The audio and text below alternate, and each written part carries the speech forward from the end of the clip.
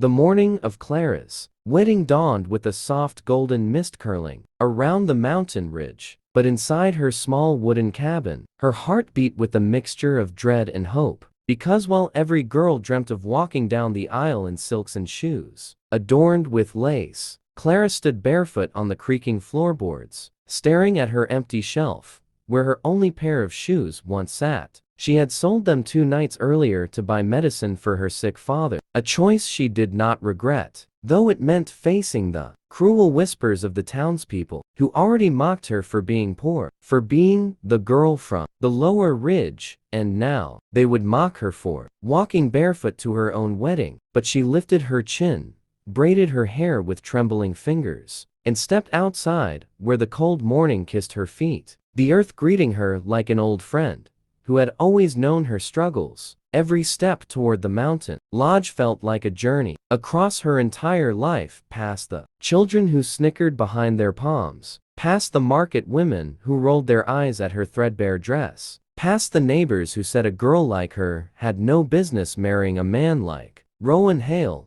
the quiet mountain man known for his towering strength, fierce loyalty, and mysterious solitude. Clara had no idea why he had chosen her, only that when he looked at her with those deep, steady eyes, she felt seen in a way she never had before, not as a burden, as a charity case, but as a woman with worth, a woman with fire. Yet as she approached the lodge, packed with their eyes widened at the sight of her dress modest and simple, her feet bare, her expression braced for their judgment, and whispers rippled through the hall like a poison wind. Where are her shoes? Did she forget them? How shameful. He deserves better. And Clara's cheeks burned, but she forced herself forward, knowing that Rowan was waiting at the front, but also fearing that he, too, would be disappointed. Inside the great wooden hall, Rowan stood tall beside the officiant, his broad shoulders rigid with tension, because he had overheard the harsh gossip that morning, and it stirred a quiet storm inside him. He hated cruelty, hated pride, hated the way people with polished boots looked down on those who worked with their hands. And when he saw Clara step through the doorway barefoot, small against the crowd, yet carrying herself with fragile dignity, something inside him broke open, a protective fire roaring to life. The guests expected him to frown, to turn away, to be embarrassed. But Rowan did the opposite. He stepped down the aisle with firm, deliberate strides until he stood before her, and without hesitation, he scooped her into his arms, lifting her as though she weighed nothing, his voice echoing through the stunned hall as he said, "My bride doesn't need shoes to stand beside me." And the entire room fell breathless. Clara gasped softly, her hands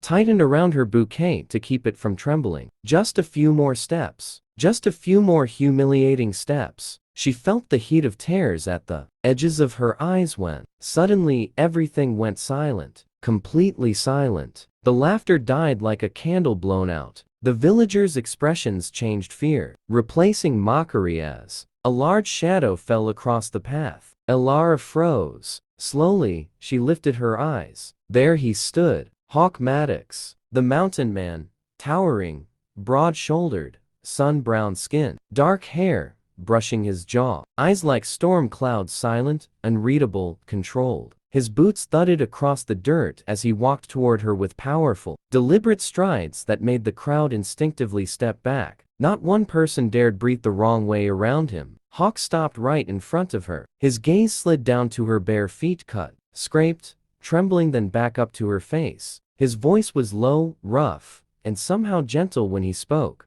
"Who made you walk like this?" No accusation, no anger at her, only a quiet, dangerous question that made half the crowd flinch. Clara felt the world tilt under her bare feet. But the warmth of Rowan's hand on her back steadied her like a solid tree, rooted in ancient stone. And it was in that moment she realized that the shame she carried for so long was beginning to melt into something she had never known: belonging. He led her inside with a fierce kind of gentleness, like someone who had searched 1,000 nights for something precious and finally found it. And though people whispered about her missing shoes, about her torn hem, about the dusty footprints she left behind. Rowan ignored every stare, his deep voice echoing through the wooden beams as he said, "My wife walks into her home as a queen, whether she wears shoes or not." And the entire hall fell strangely silent because no one had ever heard the quiet mountain man speak with such certainty. Clara's heart beat wildly, her breath catching as Rowan lifted her again, carrying her across the polished floor to the great stone hearth, setting her gently before the fire, and the crackling flames cast a golden glow that made her look almost ethereal. But as she sat there, the cruel laughter of rushed up like a storm. Who said a girl from the lower ridge had no business dreaming of love or marriage. The empty nights she slept alone in a wooden cabin that creaked in the wind, yet Rowan's presence felt like safety, like a mountain that would not crumble no matter what wind struck it. And as he kneeled before her, wiping the dust from her feet with his calloused hands, Clara felt tears sting her eyes, not from embarrassment, but from the unfamiliar weight of being cared for. Meanwhile, the guests shifted uneasily, unsure how to react, for they had all assumed Rowan would take a bride from a wealthy family, someone polished, someone perfect, someone with embroidered slippers and the right lineage, not a barefoot girl with a past full of scars.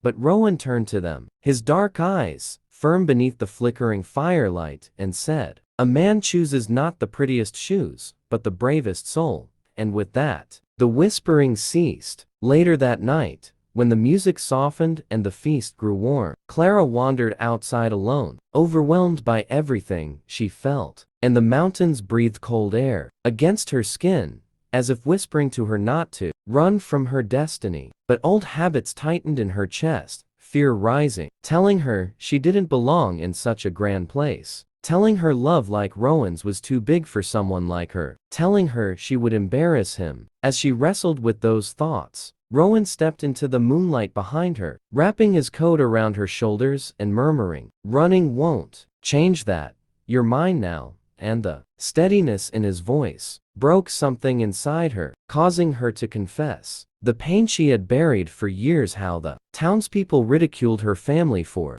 being poor, how bridesmaids laughed while she walked up the road barefoot because she had sold her only pair of shoes to buy her father medicine, how she believed she wasn't enough for any man. Rowan listened without interrupting, his jaw tightening with a silent fury at the cruelty she endured. And then he said, in a voice low and rough, "Clara, you walked barefoot into my life long before today. I saw you carrying water up the ridge, helping widows chop wood, giving bread to hungry children while you starved yourself, shoes or no shoes. You've always been the woman I wanted." And Clara felt something bloom warm and wild inside her. But the night was far from over, for sudden thunder rolled across the valley, and a distant cry echoed through the pine forest, a distress call from the lower ridge. And, without hesitation, Rowan grabbed a lantern, knowing storms in the mountains turned deadly within minutes. Clara, fearful for her people, rushed beside him, insisting she would help, and together they raced down the winding path where a family's cabin had collapsed from the tremors earlier that day. The rain poured like liquid ice, the wind howled, and yet Clara and Rowan worked side by side, pulling trapped children from the wreckage, carrying injured elders to shelter, and every villager who watched them saw something extraordinary: a barefoot bride who feared nothing, a mountain man who moved like thunder, and a love being forged in the storm. By dawn, the clouds parted and the ridge folk gathered around Rowan and Clara, their eyes soft with gratitude, and for the first time in her life, Clara felt the world looking at her, not with pity, but with admiration. Later, as they walked back toward the lodge, mud splattered on her dress and hair tangled from the rain. Rowan stopped her near the great cedar tree and whispered, "Now, they see you the way I always have." And Clara leaned into him, whispering back, "Maybe now, I see, me too." And as the first golden rays of morning light touched the peaks, Clara realized that her wedding day had transformed into something deeper, proof that courage mattered more than appearances, that love was not given to the perfect, but to the brave, and that sometimes the girl who arrived without shoes walked away with the whole mountain at her back. And to everyone watching this story right now, remember, love, courage, and faith are what truly carry us. So if you want more inspiring stories like this, make sure you subscribe to the channel, turn on the notifications, and be part of our storytelling family. Because every like, share, and comment helps these stories reach the people who need them most.